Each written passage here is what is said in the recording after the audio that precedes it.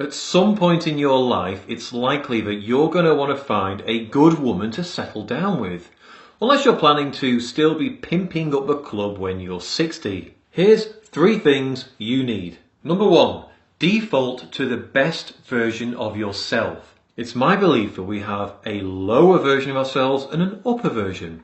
The lower version of yourself is when you're stuck in negative emotions like shame, fear, anxiety, anger, insecurity. You feel like you're in a constant competition with others and life feels hard. Generally, you feel like you're not enough. Not enough for the kind of women you're attracted to.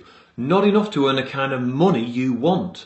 And not enough to be happy and enjoy life. The higher version, however, is where you feel calm and contented. You feel, I have everything I need. You feel like the world is your friend and people are on your side. You have nothing to prove. Now, most people spend their lives in the lower levels, and they only upgrade to the upper echelons when everything in life falls into place. What we need is for the opposite to be true, for us by default to be in the upper levels of calm and contentment, and only drop down momentarily in very rare, perfect storm life circumstances. If you don't, you're naturally going to attract unhappy women who are also living in lower level emotions, and you're going to repel the happy ones.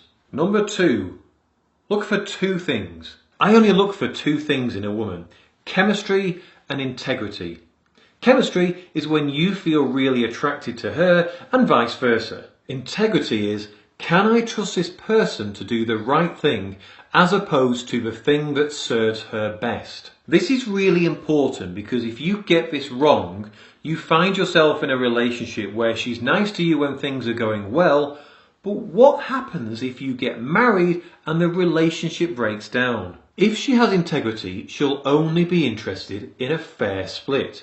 If she doesn't, she'll want to make it all your fault, and she'll want to take you for everything she can get because she no longer has any use for you, so why should she worry about your well-being? In his book, Power versus Force, David Hawkins estimates that 85% of humanity is incapable of basic integrity. If this is true, it means there's only a 15% chance that any woman you're talking to has integrity.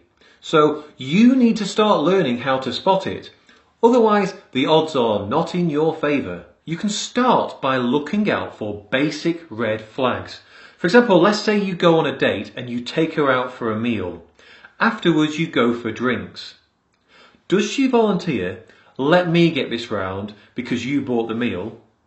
Or does she expect you to pay for everything? Now, I'm not worried about it being a 50-50 split. If I invite a girl out to dinner, I will pay. But I want to see something within her that says, this guy has paid for everything so far. It's only fair if I make a contribution here. If, however, she just acts like an entitled princess, I probably won't be seeing her again. Now, there's all kinds of integrity-based red flags like this. Does she still always do the right thing when she thinks nobody is watching? How does she treat people who she sees as low value? And of course, in line with the first point, if you want a woman of integrity, you have to be in integrity yourself. So how well do you fare in this regard? Number 3, where to look. I've never had a long-term relationship with anyone I met in a bar.